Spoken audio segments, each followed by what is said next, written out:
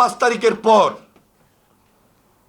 পত্রিকায় লিখেছেন, সোশ্যাল মিডিয়াতে অনেকভাবে এসেছে। কারণ নাম না বলেই বলছি, অনেকে কিন্তু খুব লোভে পড়ে গেছে। আমরা কখনো চিন্তা করি নাই যে আন্দোলনের পর আমাকে কিছু পেতে হবে, আন্দোলন সংগ্রাম করে কিছু পেতে হবে। লোভ লালসা আমাদের মধ্যে কাজ করে নাই। আমরা যেদিন ডিবি অফিসে এই লাস্ট শত শত নেতাকর্মী ছিলাম, সাধারণ ছাত্র ছিল, যারা বৈষম্য বিরোধী আন্দোলনের নেতৃত্ব দিয়েছে, তারা আমাদের সঙ্গে ছিল। একসঙ্গে মিলে আমরা সেখানে বলেছি, তার আগে যতদিন এই প্রেস ক্লাবে মিটিং করেছি, তার আগে গত 17 বছর যত মিটিং করেছি, যে হাসিনার ক্ষমতা কখনো পার্মানেন্ট হবে না, পার্মানেন্ট হইতে পারে না।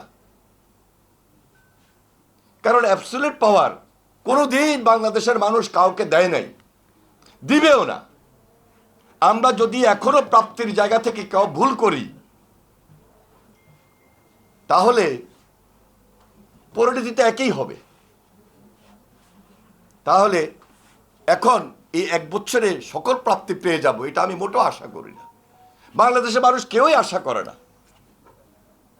আর যেহেতু একটা অন্তর্বর্তীকালীন সরকার, কতটুকুই বা করবেন। কিন্তু মনে রাখতে হবে, আমাদের বাংলাদেশের মানুষের, আমাদের একটা ধৈর্য ক্ষমতা, ধৈর্য ধারণ করা, এটা কিন্তু এই মুহূর্তে সময়ের দাবি। হতাশার কিছু আমি দেখি না। কেন আমি হতাশ হব? 17 বছর আমি অত্যাচার নির্যাতনের কাছে আমি হতাশ হই নাই, মাথা নত করি নাই। আর এখন হাসিনা মুক্ত পরিবেশে, ফ্যাসিবাদ মুক্ত পরিবেশে আমি হতাশ হব? আমি অন্তত তরুণদের সঙ্গে বা তরুণদের রাজনীতি করতে গিয়ে এই বয়সেও আমি হতাশা প্রকাশ করি না। সুতরাং এই তরুণ কখনো হতাশ হতে পারে না, এই যুবক হতাশ হতে পারে না, এই ছাত্র হতাশ হতে পারে না।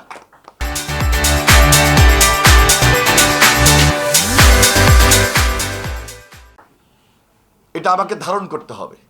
যে জাতি, যে যুবক, যে ছাত্র, যে তরুণ ধারণ করবে না, সেই দেশের গণতান্ত্রিক পরিবেশ, গণতন্ত্রের ভিত কখনো শক্তিশালী হতে পারে না। আমরা দায়িত্ব নিয়ে লড়াই করেছি সেই এরশাদের বিরুদ্ধে। আমরা কখনো চিন্তা করি নাই যে আন্দোলনের পর আমাকে কিছু পেতে হবে, আন্দোলন সংগ্রাম করে কিছু পেতে হবে। লোভ লালসা আমাদের মধ্যে কাজ করে নাই। এগুলো ব্যক্তি বিশেষ 2-4 জন এরকম থাকে, কিন্তু পুরা জাতি কখনো বিশ্বাস করে না, পুরা তরুণ সমাজ কখনো বিশ্বাস করে না। যেহেতু আমরা রাজনীতি করি, এটা একটা সেবামূলক কাজ। এখানে পদ বিক্রি করে, আন্দোলন করে, নেতৃত্ব দিয়ে কিছু আপনি অর্জন করবেন ব্যক্তিগতভাবে হতে পারে। কিন্তু কেউ যদি এরকম করে, শেষ পর্যন্ত ডাস্টবিনেই তার পরিণতি হয়, বিদায় তার সেভাবে হয়। কেন কথাটা বললাম? এই 5 তারিখের পর পত্রিকায় লিখেছেন, সোশ্যাল মিডিয়াতে অনেকভাবে এসেছে। কারণ নাম না বলেই বলছি, অনেকে কিন্তু খুব লোভে পড়ে গেছে। এত লোভ লালসা রেখে আপনি যদি মনে করেন এটাই আপনার শেষ, এটা শেষ অবলম্বন হবে, শেষ পরিণতি হবে। এখনো সময় আছে, এখান থেকে বের হয়ে আসুন। টেন্ডার নেবেন, ট্রান্সফার করবেন, হাজার হাজার কোটি কোটি টাকা আপনি কাউকে জিম্মি করে নেবেন।